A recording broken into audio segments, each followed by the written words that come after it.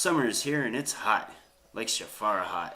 In this month's crate, we feature a new adventure that starts to explore the eastern portion of the Halcyon world, the deserts of Shafara and the Welling Plains. Our new adventure from Floyd Coughlin is deadly, and our treasures for July will enhance each bloody encounter. Welcome back, friends and scoundrels. We've got the July dungeon crate. I don't know where I am. So first thing, got our insert card with our map theme. Nice little trap room there. And then got our adventure, Inverted Invocations.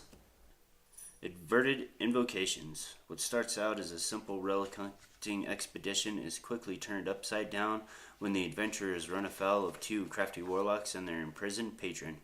This 12-page booklet is a full adventure module. Find extras in the digital crate. Warning, this adventure was written by Floyd Conklin and is deadly. Good luck. And another, some kind of tracking card. I don't know if I want to call it a player or NPC. I think it's more fitting to an NPC, but that's beside the point. Spell slingers like to get organized with a bevy of incantations at their disposal. This warlock tracker card is of our own design and can be used with wet or dry erase markers. Keep track of spells, abilities, ammo, and use it as a quick reference in combat. We've got our first figure that came in this box. Damien, a hellborn wizard, hell-bent on freeing his patron from the Shafar sand. Kadavi comes ready to bring the pain. Paint him up and let him loose on foolish adventures from the Reaper Bones line.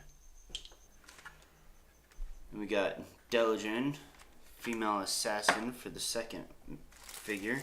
Sister to Kadavi, Kamari works with her brother to free her patron from the depths of the inverted pyramid set in the desolate sands of Shafara.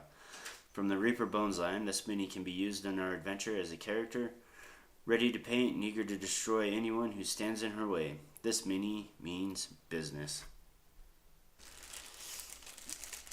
And got this nifty little ruler laser pointer flashlight thingy.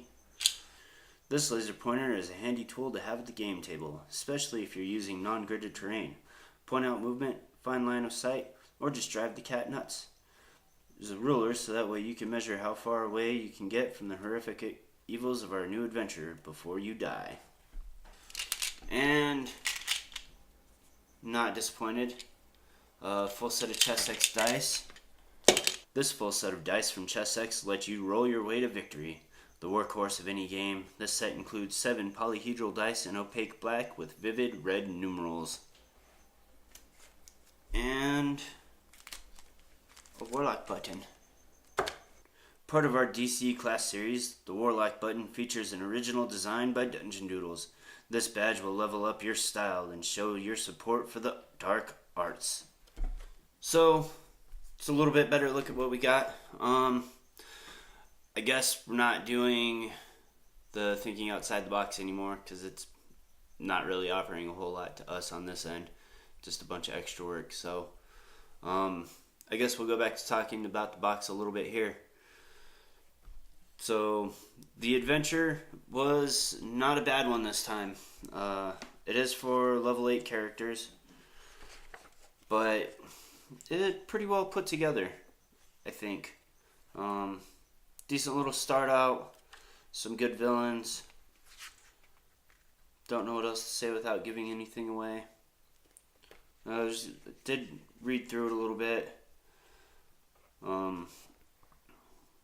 There are a couple spots that stood out to me a little bit. But, yeah, overall, I'm excited to run that one sometime in the future. It'll probably make its way into the Storm King's Thunder campaign that we're running. What else was there? Oh, the card. I said earlier, I think this is more meant to be for an NPC. So, not necessarily bad. I have my own method for doing things, so maybe we'll just hold on to this and send it out to somebody at some point. other tracker card. Because they're just not something that we use here. Like I said, I make my own little cards specific to the monsters that I'm using, so they can be used over and over again. Yeah. So I mean, the artwork's cool. It looks nice.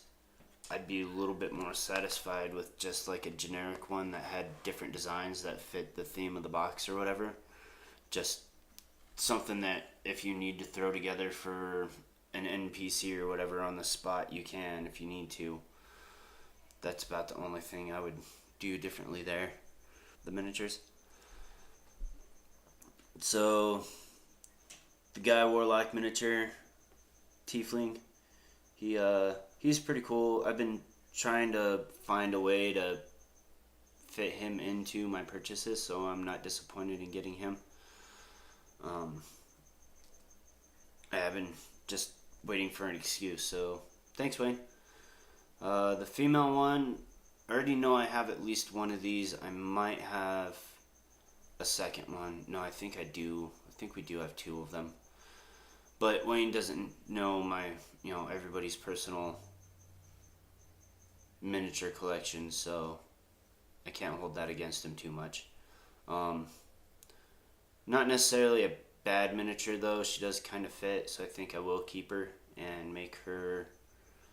I do have to now that I remember what the second one is going to be used for.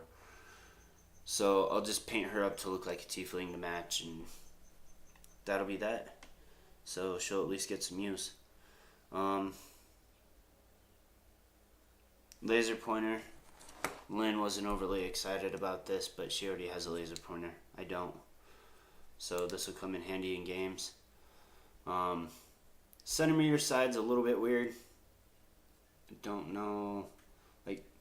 I don't think there's any games, even any of the games that come out of the UK, that use metric for their measurement. So that's kind of weird, but whatever. But the inch side, I originally made a comment about 6 inches because most movement is 30 feet, aka 6 inches. But the 4 inches still works because there's a lot of spells that have 20-foot radius or line or whatever, so that's actually not too bad. Probably not going to use the flashlight a whole lot. We play in light, not in dark settings. And the dice. I hope we're getting away from the game science dice, and this is a sign that we're doing that. But I'm always, well, not always, but I'm up for a good set of dice. Rolled these around for a little bit last night after we opened it and looked inside. So I kind of test them out. Most of them rolled pretty average. Some decent numbers, few high, more high than low. So we'll see how they do in gameplay, though, because dice have a mind of their own and they'll do what they want. Excuse me. Button. It's button. It's a cool button. I like it. I don't have anything else to say about it. So overall, not a bad box. Nothing that stands out super awesome. The digital crate, there is a, what is it, papercraft for the sarcophagus at some point somewhere, because it's a pyramid, so there's bound to be one anyways. So I hope that's not too spoilery. But yeah, that was about the only thing that stood out in the digital crate. Most of it so far is just the adventure, the maps, and the usual stuff. So yeah. Check out our Facebook, minds.com, Pinterest. Yeah, check out the Dungeon Crate Adventures Guild on Facebook also. And like, comment, subscribe, share this around. Turn on the notifications. And until next time, live to roll. at me like that.